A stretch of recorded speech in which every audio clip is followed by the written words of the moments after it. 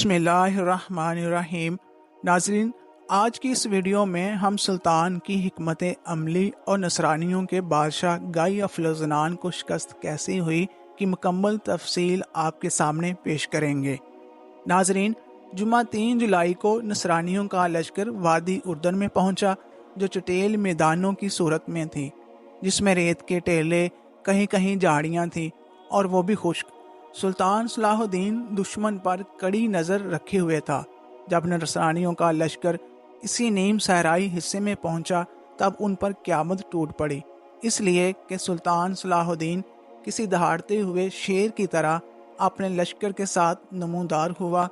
زوردار انداز میں پہلے سلطان نے تکبیر بلند کی اور اس کے بعد اس کے لشکر نے اس انداز میں تکبیریں بلند کی کہ پوری فضائیں اللہ اکبر کے نعروں سے گونج اٹھی تھیں۔ اس کے بعد سلطان دشمن پر حملہ آور ہوا اور دشمن کے لشکر کے ایک حصہ کو اس نے روند کر رکھ دیا تھا۔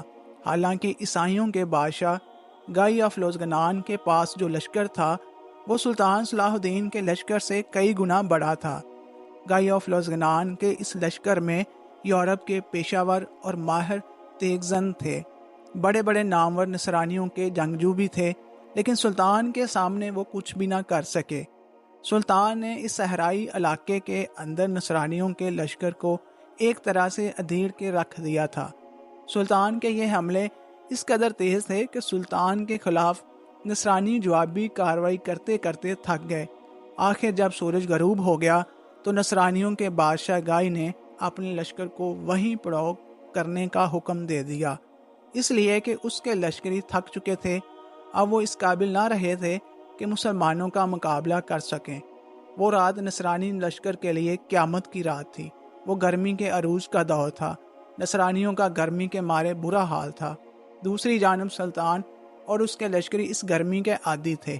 دشمن کو اور زیادہ تنگ کرنے کے لیے سلطان نے رات کے وقت ایک اور حربہ آزمایا۔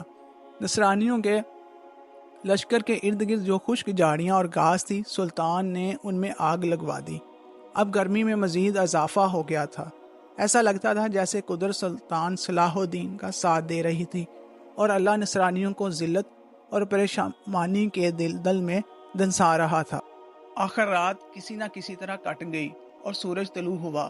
اگلے روز دشمن پر ضرب لگانے کے لیے سلطان نے اپنی جنگی تیاریوں کو آخری شکل دی تھی۔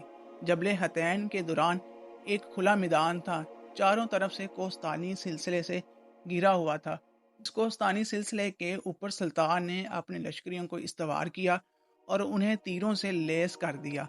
ہر سوار کا ترکش تیروں سے بھر دیا گیا۔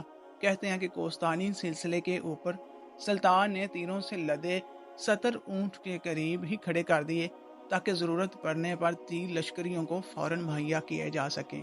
ان اونٹوں کے علاوہ لگ بھگ 400 اور تیروں کے گٹھے اس جگہ پر رکھ دیے۔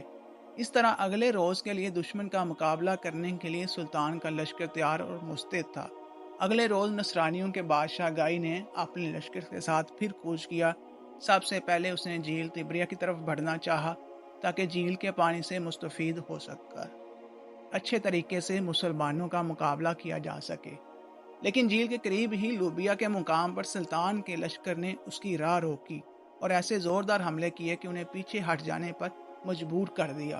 اس کے بعد نصرانیوں نے دوسری جانب کا رخ کرنا چاہا، جس کے اندر چشمے تھے اور جس کا پانی استعمال میں لایا جا سکتا تھا۔ لیکن اس سمت سے بھی سلطان کے لشکریوں نے ایسی تیر اندازی کی اور کچھ تیز زن اس انداز پر حملہ آور ہوئے کہ وہاں سے بھی انہیں پسپا کر دیا گیا۔ سلطان صلاح الدین اور اس کے لشکری دشمن کو اب کوہستانی سلسلے سے گرے ہوئے میدانوں میں لے آئے تھے، اور جب نصرانیوں کا لشکر اس میدان میں پہنچا، تب چاروں طرف سے سلطان صلاح الدین کے لشکر نے تکبیر کے نعرے بلند کرتے ہوئے حملہ آور ہونا شروع کر دیا تھا۔ دونوں لشکروں میں دست بدست لڑائی شروع ہو گئی تھی۔ وہ سلطان صلاح الدین بہت سی قوتوں کے مقابلے میں بالکل اکیلا تھا، اس لیے کہ اس کے مقابلے میں یروشلم کا بادشاہ اور ارض فلسطین کے اور دوسرے بہت سے حکمران تھے۔ اس کے علاوہ یورپ کے ٹیمپلرز اور ہاسپٹلرز، یروشلم کا بادشاہ، ارض فلسطین بھی جنگ میں پورے جوش سے حصہ لے رہے تھے۔ ٹیمپلرز ان لوگوں کو کہتے تھے جو پیشہ ور تیر انداز اور شمشیر زن ہوا کرتے تھے، جنہوں نے 11ویں-12ویں صدی میں مسلمانوں کے خلاف بڑی جوش و خروش کے ساتھ صلیبی جنگوں میں بھی حصہ لیا تھا۔ انہیں سپاہ کلیسا بھی کہا جاتا تھا۔ ان کا ایک اور نام سپاہ یسوع بھی تھا۔ جہاں تک ہاسپٹلز کا تعلق ہے تو شروع میں یہ لوگ شفاخانوں میں بیماروں کی تیمارداری اور دیکھ بھال کرنے کے لیے مختلف ممالک اور مختلف شہروں میں انجمنوں کی صورت میں قائم کیے گئے تھے۔ یروشلم میں ان کا ایک ادارہ تھا جس میں ایک کلب کی بنیاد ڈالی۔ اس کے بعد جب مسلمانوں کے ساتھ یورپ والوں کی صلیبی جنگیں شروع ہوئیں تو انہوں نے مذہبی ادارے سے ایک جنگجو جماعت کی صورت اختیار کر لی۔ اس جنگ میں یروشلم کے بادشاہ گائی کی مدد کے لیے انطاکیہ کا بادشاہ بریمنڈ، کڑ کا حکمران ریجنالڈ جو گائی کا بھائی بھی تھا، اپنے بڑے بڑے لشکروں کے ساتھ حصہ لے رہے تھے اور عجیب انداز میں سلطان صلاح الدین کے خلاف اپنے لشکریوں کو بھڑکا اور لڑا رہے تھے۔ جنگ میں سلطان صلاح الدین اپنے لشکر میں ہر جگہ نظر آتا تھا، ہر محاذ پر بذات خود دشمن پر ضرب لگا رہا تھا، ساتھ ہی ساتھ اپنے لشکر کا حوصلہ بھی بڑھا رہا تھا، انہیں جوش دلا رہا تھا۔ سلطان صلاح الدین کے لڑنے کا طریقہ عجیب و غریب تھا، عربوں کی چالیں اپنا رہا تھا کہ امید دلا کر اور ترسا کر دشمن کو ماریں۔ جس وقت گمسان کا رن پڑا تھا، جنگ اپنے زوروں پر آ گئی تھی۔ سلطان صلاح الدین اپنے لشکر کے بیچ میں دشمن کے خلاف جنگ کر رہا تھا، لشکر کا حوصلہ بڑھا رہا تھا، جبکہ بیت المقدس کا بادشاہ گائی آف لوزگنان ایک کوہستانی سلسلے کی چوٹی پر اپنے خیمے کے اندر بیٹھ کر جنگ کا نظارہ کر رہا تھا، اور اس کے خیمے کے سامنے وہ لکڑی کی سلیب نصب کر دی گئی تھی جس کے متعلق عیسائیوں کا عقیدہ تھا کہ لکڑی کی اس سلیب پر حضرت عیسیٰ علیہ السلام کو مسلوب کیا گیا تھا۔ یورپ کے ہاسپٹلرز اور ٹیمپلرز اپنے آپ کو بڑا بہادر، بڑا شجاع اور تلوار کا دنی خیال کرتا تھا، اپنے آپ کو ناقابل تسخیر سمجھتے تھے، لیکن یہاں سلطان صلاح الدین کے مقابلے میں ان کی ساری ہنرمندی بیکار جا رہی تھی۔ مسلمان لشکری ان پر اس طرح حملہ آور ہو کر انہیں ہانک رہے تھے جیسے کوئی زندہ دل چرواہا بے ضرر بھیڑوں بکریوں کے ریوڑ کو اپنے سامنے ہانکتا چلا جاتا ہے۔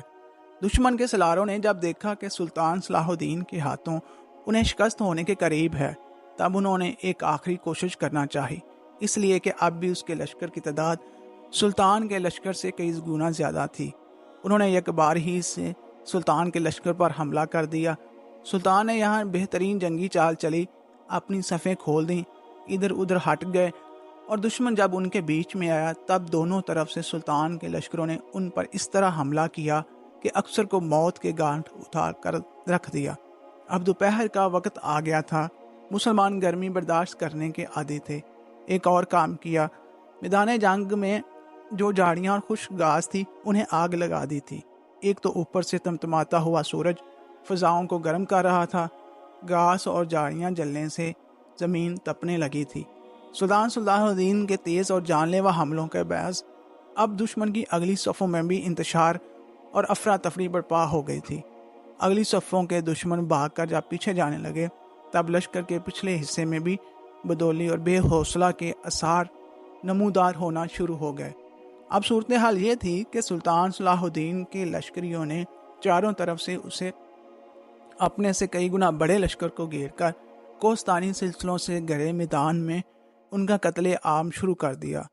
آخر نصرانیوں کو سلطان صلاح الدین کے مقابلے میں بدترین شکست ہوئی۔